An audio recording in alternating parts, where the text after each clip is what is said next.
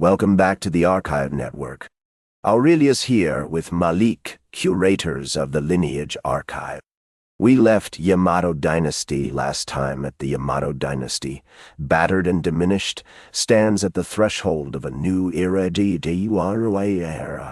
Today we pick up where we left off. The golden harmony of the court gives way to chaos. As the 12th century dawns, the Yamato Dynasty faces a world transformed.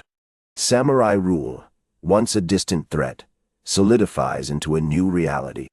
The Genpei War erupts, igniting fierce conflict between the Minamoto and Taira clans.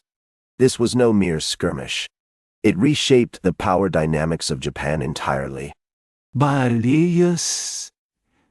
it's crucial to remember that this chaos isn't just about the war. It's about the erosion of loyalty among the noble families. The Yamato emperors, who once drew authority from their divine lineage, now find that their power is slipping. The real tragedy lies not only in the battles, but in how quickly the court's influence waned. The emperor's palace, once a symbol of unassailable authority, now stands as a shadow of its former self. Its lacquered walls are weathering under years of neglect, while the gardens grow wild and untamed, a far cry from their meticulously manicured past. Ceremonies that once defined imperial life are now reduced in grandeur or have vanished altogether. This decline serves as the unsettling backdrop against which the Genpei War unfolds, reminding us that even the mightiest empires can falter. You paint a grim picture, but it's even more dire than that. The diaries from this period, like the Megetsuki and the Azuma Kagami, capture not just the decline, but the sorrow that enveloped the court. The financial ruin forced the imperial household to abandon the very ceremonies that once showcased its magnificence. The nobility, stripped of their lands, became mere shadows of their former selves. Indeed, the court's decline is marked by a dramatic shift in power. As the Minamoto emerge victorious, the Kamakura shogunate rises, transferring power from the emperor to the shogun. Now, imperial decrees hold little weight unless sanctioned by these new military rulers. This is what empires do. They adapt, even when the adaptation feels like surrender. Aurelius, surrender is a harsh term, isn't it? The emperor clings to rituals and symbols, trying to keep up the illusion of authority. But the truth is stark. The warrior class has taken the reins, deciding the nation's fate. The imperial household? It's becoming a relic, its power reduced to nothing more than ceremonial roles. Just think about the people affected by this shift, the families, the soldiers, and the everyday citizens. They're the ones living with the consequences. The emergence of cloistered sovereigns illustrates this shift in power dynamics. We see retired emperors attempting to influence succession and policy from behind closed screens, believing they can still steer the course of events. Yet their maneuvering proves futile against the shogunate's iron grip. Those who resist the new order often find themselves facing exile, stripped of their ambitions and forced to watch their dreams fade into mere memories.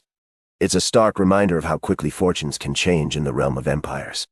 The Nanboku-cho period stands out as a deeply humiliating time in our history. We see two rival courts emerge, each one insisting they're the rightful authority. This division fractures loyalty across the land, leaving samurai lords with more power than even the emperor himself. The conflict between the northern and southern courts doesn't just reflect political strife. It shows how far the Yamato dynasty has fallen. Real people are caught in a crossfire, families torn apart, lives turned upside down. As the Sengoku era dawns, we see the court sinking deeper into obscurity.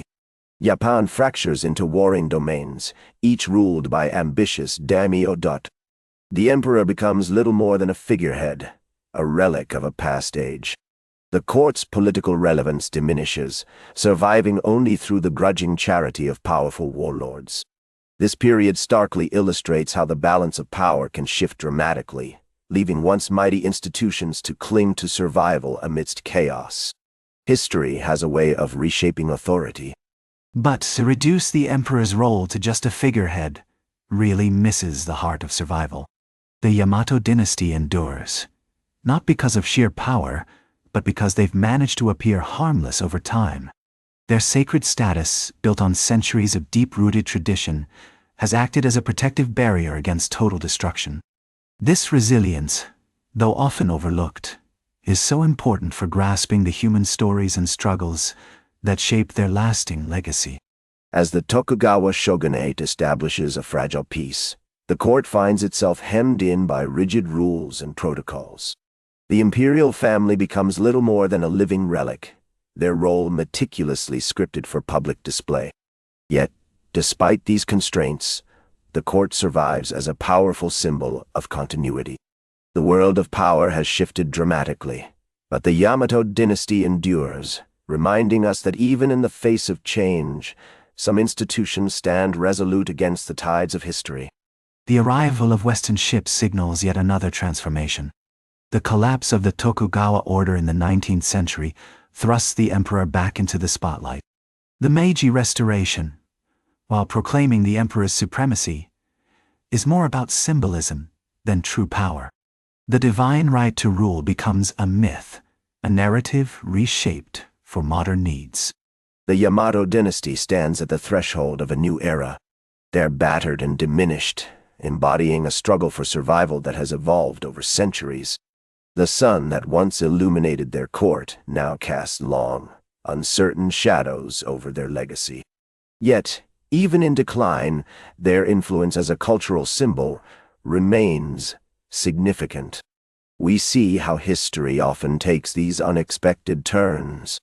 They may be faltering, but their story is woven into the fabric of our past, reminding us of the complexities of power and tradition. That's where we leave it this time. Yamato Dynasty continues. The story isn't finished yet. Find the full series on the Lineage archive, part of the Archive Network. We'll be back with the next chapter.